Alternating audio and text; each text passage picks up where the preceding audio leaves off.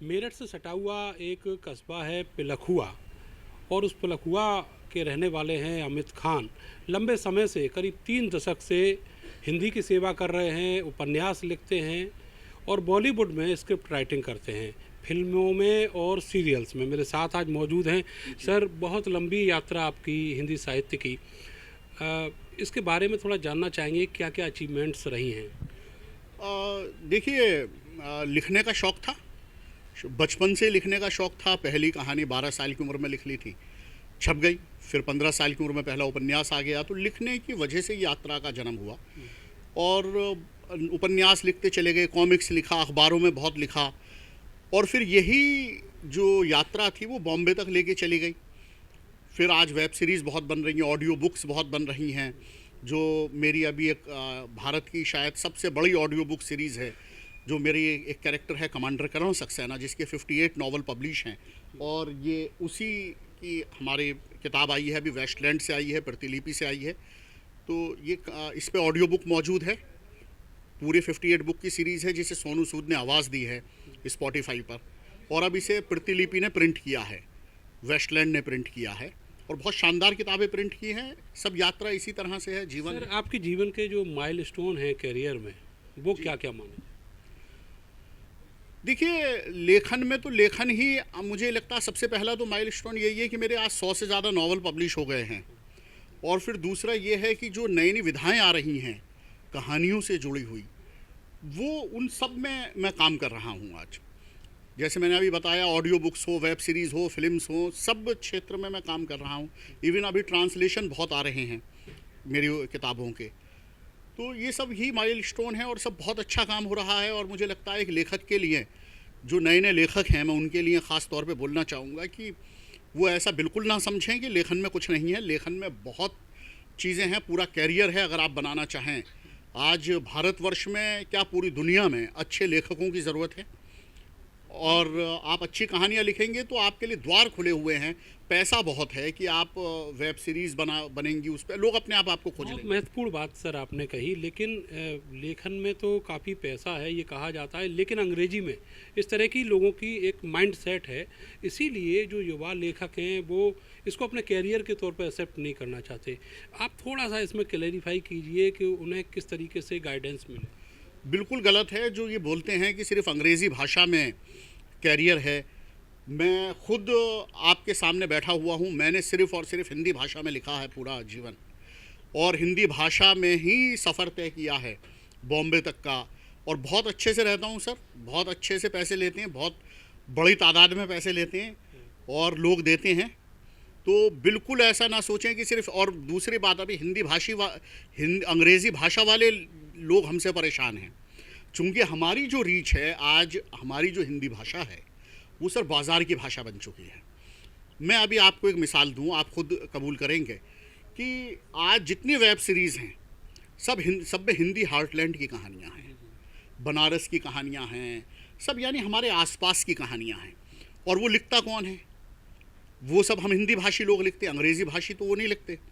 तो आज वहाँ पर भी हिंदी हार्टलैंड की कहानियाँ पढ़ी जा रही हैं, ढूंढी जा रही हैं। चैनल्स में भी चैनल वाले हिंदी किताबें पढ़ रहे हैं।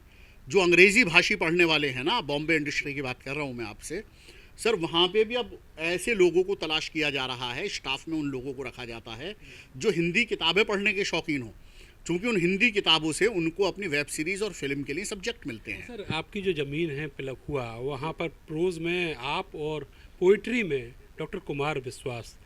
तो क्या माना जाए, आप लोगों ने, मुझे लगता है कि एक ही एज ग्रुप के हैं, शायद कोई स्ट्रेटजी बना के इस पर काम किया है कि हिंदी की कैसे सेवा करनी है और हिंदी के जरिए ही पैसा भी कमाना है। देखिए, ये एक इत्तेफाक है कि कुमार विश्वास और मैं दोनों एक साथ पढ़ते थे। हम एक ही एज ग्रुप के बचपन के दोस्त हैं। हम 6ठी क्लास से एक साथ पढ़े हैं। हम आज भी रोज़ाना एक दूसरे के टच में रहते हैं। और ये सौभाग्य बोलें या जो भी है कि मैं अपने इधर जासूसी उपन्यासों के क्षेत्र में निकला, और एक छोटे से कस्बे से, पिलखवा, जिस शहर को कस्बे को कोई जानता भी नहीं, लेकिन मुझे लगता है कि मैं पूरे गर्व के साथ सब जगह बोलता हूँ कि हाँ, मैं पिलखवे का रहने वाला हूँ। और इसी तरह से कुमार विश्वास भी बोलते हैं। तो ये अच्छी बात है कि अगर छोटे शहर से कोई है तो वो हमें उसको एक मंच देना चाहिए। और ये एक समय का प्रवाह है, बाकी कुछ नहीं है। कि हम दोनों ये बचपन के एक साथ दोस्त, एक ही साथ उठने बैठने वाले, एक ही विधा में, यानी विधाएं थोड़ी अलग अलग हो गई, मैं बस लेखन एक विधा बोल सकते हैं, और हम आगे निकल गए।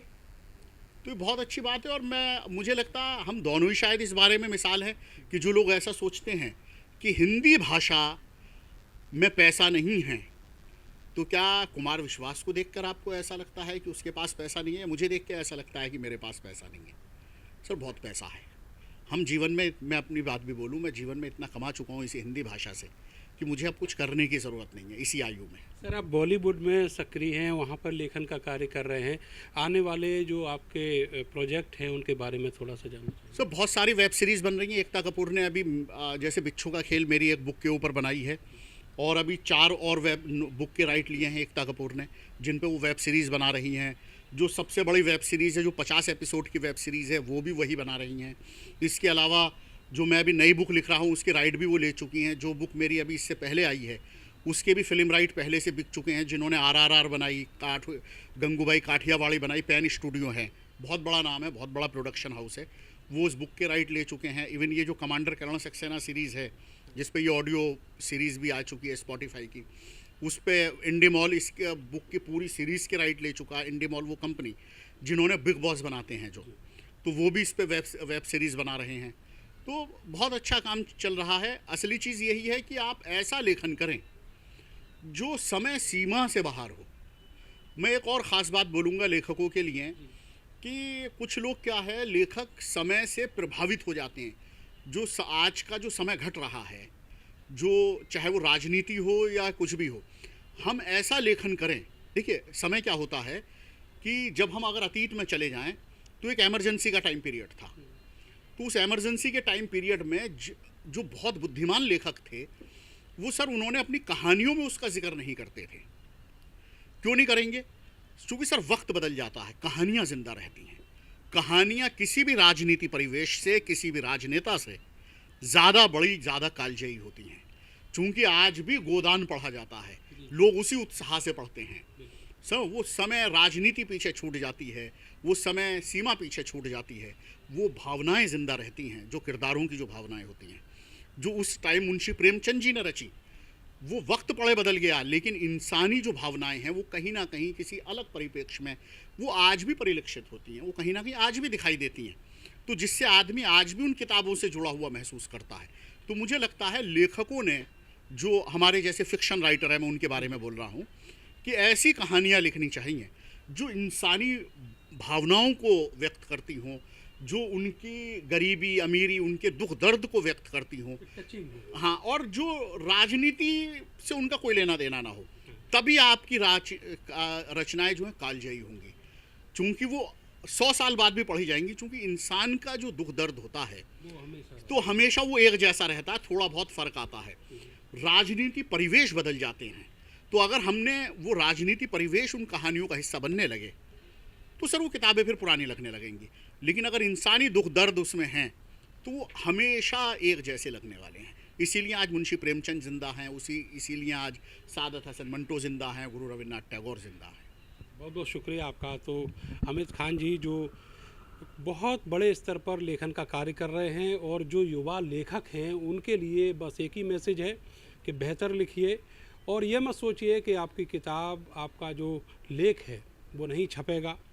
अगर आपका लेखन अच्छा है तो आप केवल किताबों में ही नहीं, छोटी और बड़ी सिल्वर स्क्रीन पर भी चमकते रहेंगे। कैमरा सहयोगी सानू के साथ मैं नरेंद्र, भारत समाचार, मेरठ।